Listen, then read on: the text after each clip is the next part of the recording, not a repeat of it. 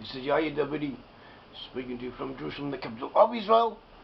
Speaking to you on behalf of Brit-Am, Hebrew Nations, an organization that finds the lost in tribes amongst Western nations.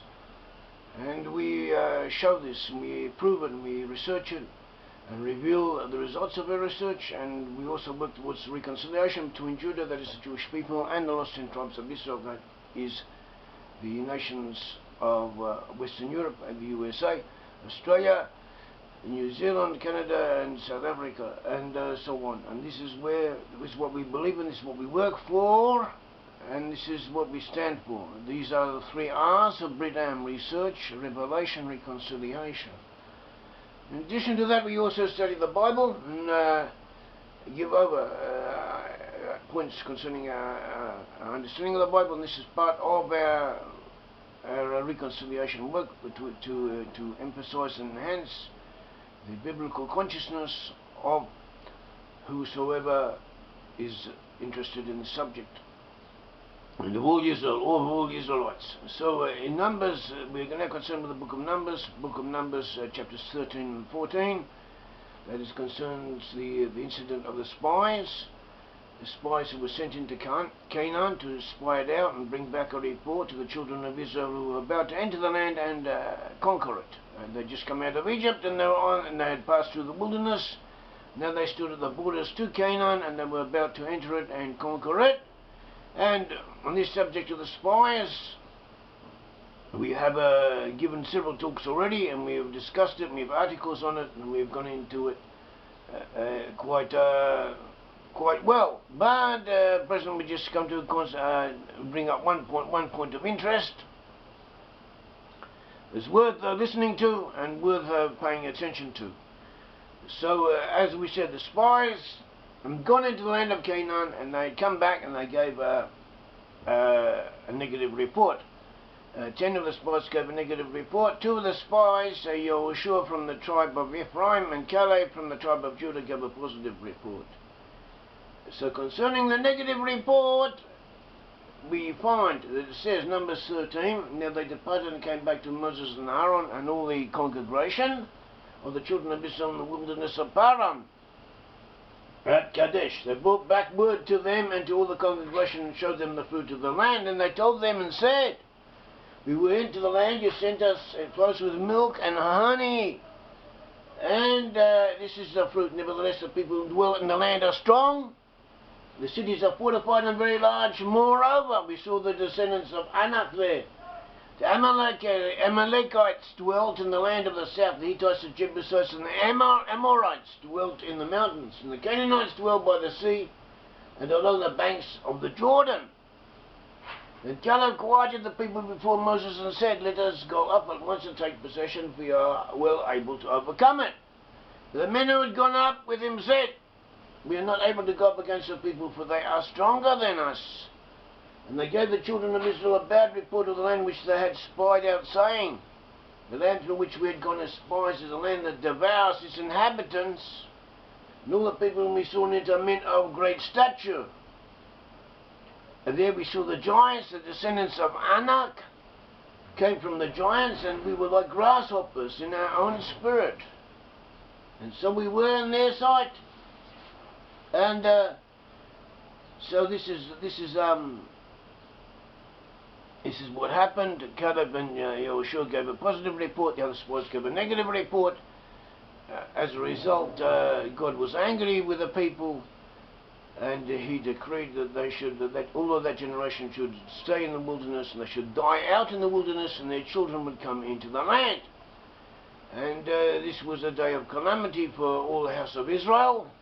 And also, and according to tradition, ever since then, from that time period, it is given over to calamities that have come upon the Israelites.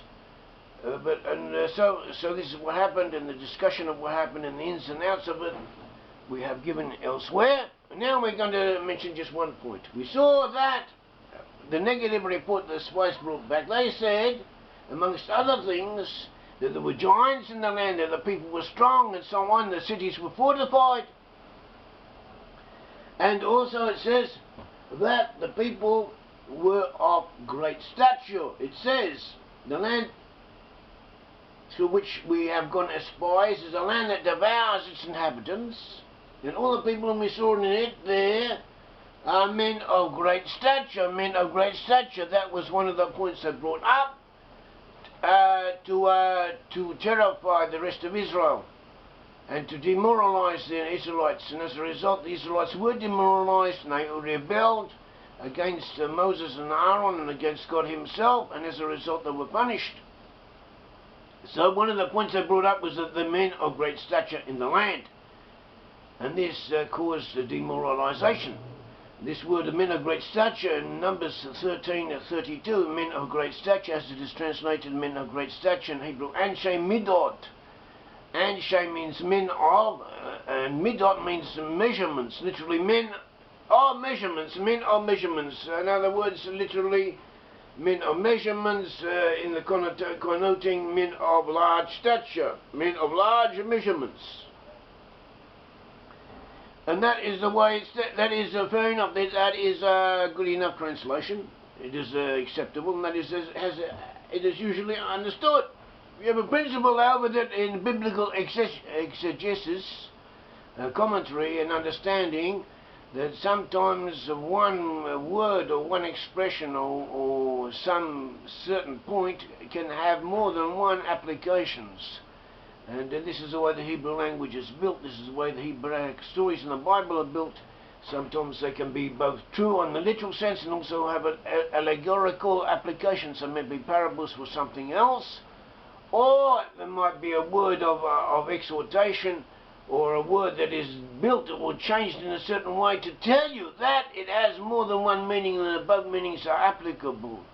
So this is a point that we should remember, that if we say that such and such a thing also means something else, we are not negating the primary meaning, the literal meaning of it, because that is something that we stick by, a biblical principle that the Bible is to be understood as literally as possible, as much as possible. And that is how we do understand the Bible, and that is how we do explain it.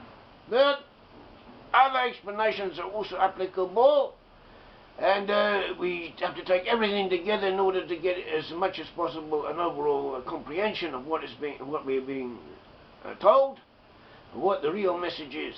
So we have this expression, Anshe Midot. Anshe Midot means measurements. Midot, the word Midot in Hebrew means measurements. It also has another meaning. Midot can mean characteristic, personality characteristics, personal qualities. Especially good ones, but not necessarily so. But on the whole, that is the way it is used. Midot means good qualities. Although it can also mean bad ones, on the whole, it means personality characteristics. That's it. Usually used in a positive sense. So this reminded me of an experience I had a long time ago. Several decades ago. I just got married in Israel. I was living in a religious neighborhood in the center of Israel, and a next door neighbor was called Rabbi Lopian. Rabbi Lopian had previously been the Rosh Yeshiva, the head of or at least one of the major rabbis in the Gateshead Yeshiva in England. And he was Rabbi Leib Lopian. He was a very famous man, a respected person in his own right. He was my next door neighbour. He and his wife, at that time they were in retirement. Rabbi Lopian was already quite elderly, and he lived beside me, or I lived beside him. He's a famous rabbi in his own right, as we said. He's also the son of Rabbi Eliyahu Lopian, who wrote a good book called Leib Eliyahu, which we benefited from, so did thousands of others, and he was well known as a great rabbinical personality. So Rabbi Leib Lopian was my neighbor, and occasionally I used to accompany him or walk with him to the Beit Knesset, to the synagogue, or walk back with him to the synagogue. And every now and again he'd say a davar Torah, he'd give a word of wisdom connected with the Torah. So one of the points he mentioned that sticks in my mind was an explanation of this expression, Anshe Midot, men of stature, or men of personality traits, so good personality traits. And he gave an interesting explanation. And he said that the Israelites, when they met the Canaanites, they found that not only were they physically impressive people, but also that they had good personality traits. They had good social qualities. They had attributes that made them even more formidable. Their personality was such that it made them seem as if would be difficult to defeat them, to overcome them. And so this is how he explained the word midot to me. As an example, he gave the Germans, the experience with the Germans before World War II. So then, before World War II, the Germans were well known, as they still are, and they were highly respected, and incidentally they still are, amongst the nations of the world. The Germany is considered the most popular country, according to statistics, according to surveys that have been done. Not everyone dislikes the Germans because of what they did in World War II. Amongst the masses of the Gentiles, of the non-Israelite nations, Germany is still the most popular nation. And this was even more so before World War II, and Germany was widely admired throughout the earth, and the Germans were respected. Many wished to emulate them. They were known to be people on the whole of good character, industrious, disciplined, determined, polite, well-mannered, often of high principle, and no one would have imagined that they could be capable, or perhaps there were those who did foresee it. Most people would not have imagined that they could be capable of doing what they later, very shortly afterwards, proved themselves to be capable of. And this is an example that the Germans were then considered Anshe Midot. They were considered men of good character.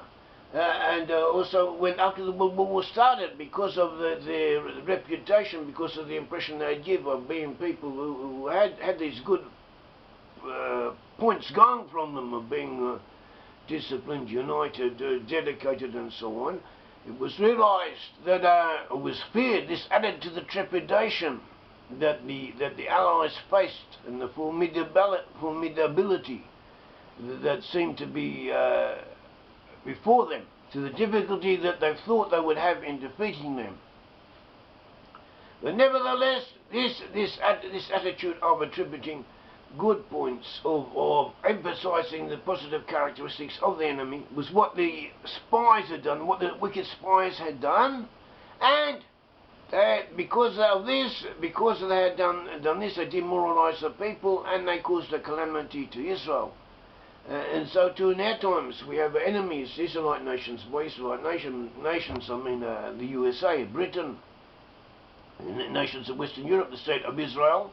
We are faced with enemies all around, and they're not only enemies in actuality, but potential enemies, peoples who have antagonistic designs or tendencies that may overnight cause them to become our enemies. And a lot of these peoples have formidable traits and personalities and national characteristics that could frighten us.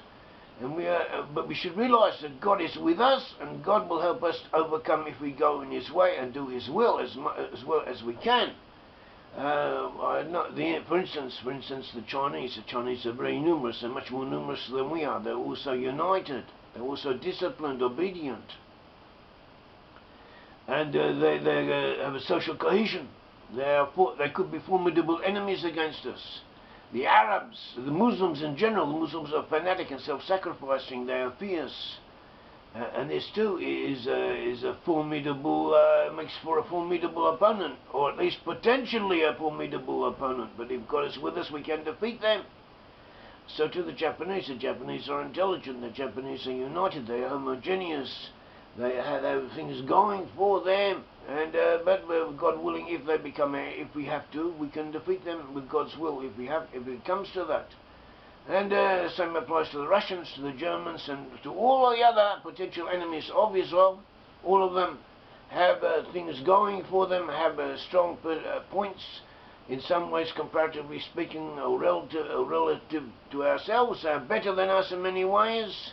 Not in every way, but in many ways they're better than us, or potentially have an advantage over us. Nevertheless, we should not emphasize this too much. We should trust in God Almighty, and God willing, we shall overcome. Thank you.